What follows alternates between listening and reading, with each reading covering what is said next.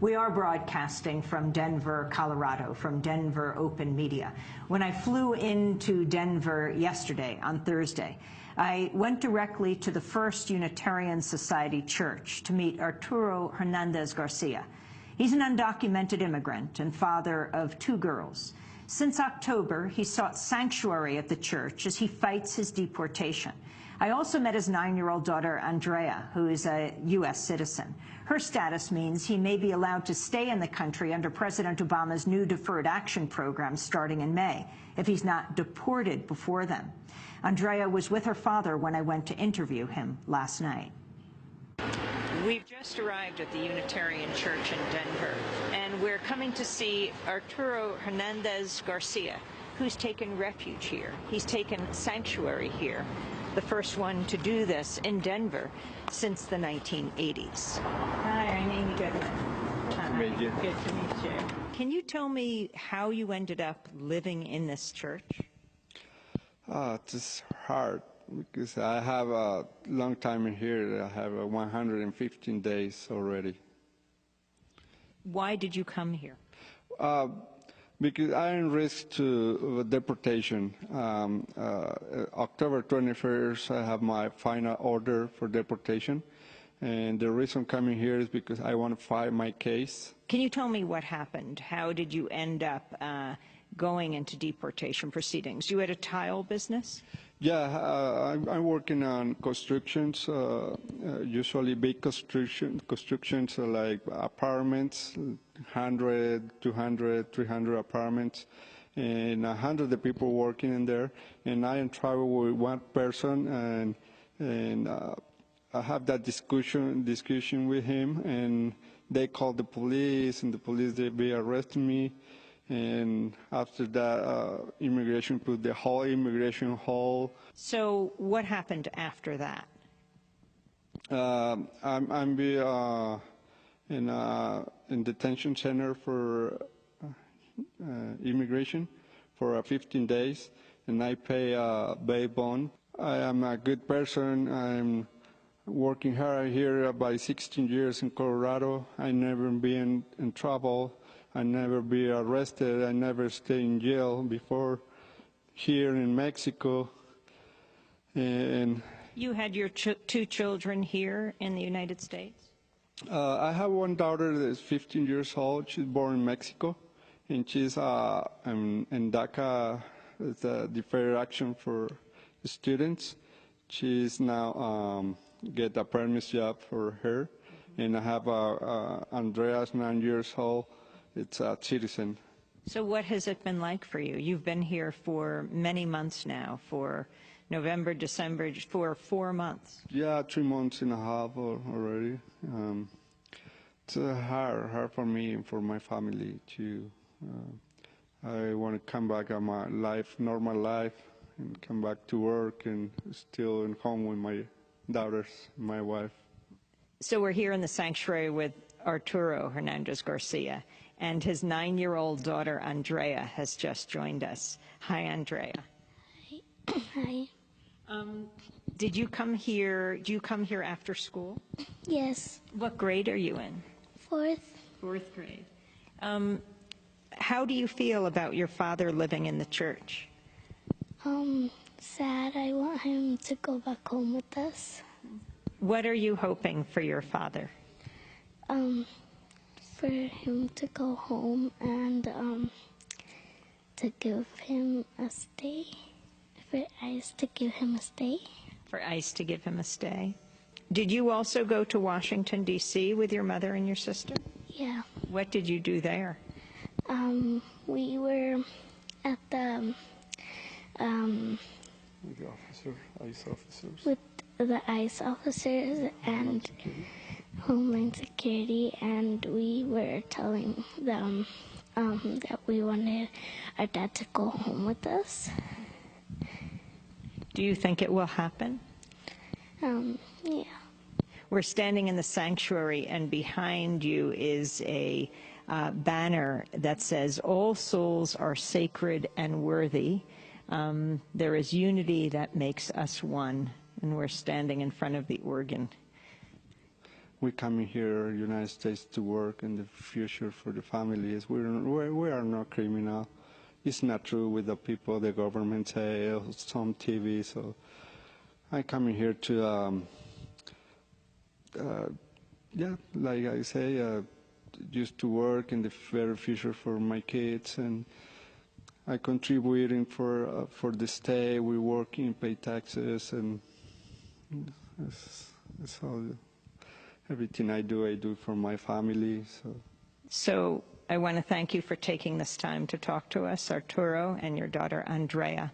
We're here at the Unitarian Church in Denver, where Arturo Hernandez Garcia has taken sanctuary now for 3.5 months.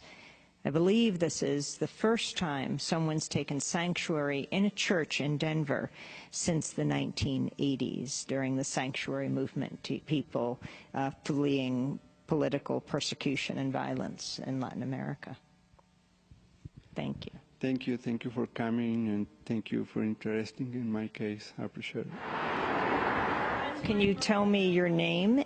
My name is Beth Cronister, and I work here as the assistant minister at First Unitarian Society. And what has it been like to give sanctuary to Arturo? First time sanctuary has been given in Denver since the 1980s. It's really been an experience that has expanded the congregation. It has been an experience that has brought people together in a way to do justice. This congregation has a long history of being committed to justice, but I think in walking with Arturo and his family through this experience, it's been doing justice through companionship in a way that we have learned so much. What was the decision you went through to do this? So the process was actually about a 6-month-long process, and there wasn't instant agreement in the congregation, but it was a long process of dialogue, speaking from the pulpit, of doing small group work, and educating ourselves about immigration to figure out what was the way that we felt as a community that we could best affect the situation, which all ended in a big congregational vote, which was overwhelmingly positive. How many? Oh my goodness, I think it was about a 90% yes. And how many people in the congregation? Oh, how many people in the congregation? We have a congregation of about 370. Can't ICE just walk in and arrest him? So the history with sanctuary and respecting sanctuary in churches is that they don't. It would just look so bad that they probably wouldn't. I think that there's the same sort of respect for schools and hospitals that they have for churches. And how long do you think this will go on for? Oh my goodness, we are hoping that Arturo and Ana and his children are able to get to all be reunited as soon as possible. Hopefully in this next week, but we've been hoping for this next week for quite some time. But we're in it as a community of commitment around him. Well, thanks so much. Thank you. That was Beth Cronister. She is assistant minister at the First Unitarian Church here in Denver, Colorado, where Arturo Garcia Hernandez has taken sanctuary as he seeks to stay in the United States with his wife and his 2 daughters. I was with him last night here in Denver. Special thanks to Dennis Moynihan for helping to film our interview. Well, we're joined right now by Jennifer Piper. She helped Arturo Hernandez Garcia enter sanctuary. She coordinates the Metro Denver Sanctuary Coalition as an interfaith organizer for American Friends Service Committee. Welcome to Democracy Now! Very quickly, explain the circumstances under which Arturo ended up at this church.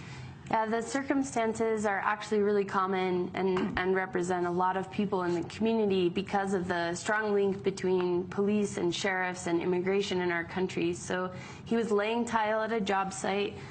He runs a tile laying company with his brother here in Denver. Yeah, and they employ 6 people. And so it was a huge job site, and they were laying tile, and a guy wanted to hang windows.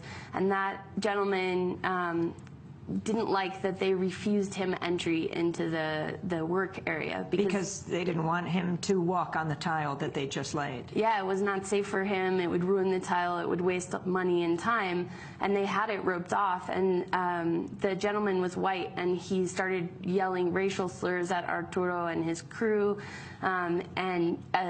They said, well, you need to talk to the supervisor. If the supervisor says you can come in the area, we'll let you. The supervisor, of course, said he couldn't. He said he wasn't going to take orders from any Mexicans. He went right up into Arturo's face, and Arturo gently pushed him away because he thought he was going to hit Arturo.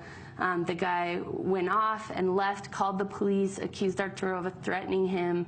Everyone on the scene, including supervisors, general contractors, testified in court that Arturo did not instigate the argument and that he didn't threaten this guy in any way. And Arturo was found not guilty by a jury of 12 people. And despite that, immigration continued deportation proceedings against him. That was almost 5 years ago now.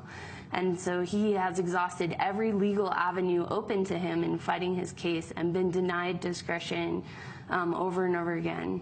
So now things have changed a little bit in the legal arguments in his case because of the Deferred Action Program that President Obama announced in November. Why would he become eligible under it? So he has a U.S. citizen daughter. He's been here more than 10 years. Well, he's been here more than the 5 years that's required by the program. He has no criminal record. He's paid taxes. He meets all the requirements. The only issue is he has a deportation order that was issued last year, and that means that we'll have to ask the U.S. Citizenship and Immigration Services to grant him discretion and allow him to qualify. But otherwise, he completely qualifies. Quite something. This church has become a sanctuary church for a new wave of sanctuary from the 80s. Yeah. Can you talk in this last minute that we have how this story of Arturo fits into the national picture and what's happening around immigration rights? Yeah, what we really see are immigrants organizing and finding ways to further resist a system that is widespread throughout our country. We spend $18 billion a year on immigration enforcement, which is more than all the other federal law enforcement agencies combined.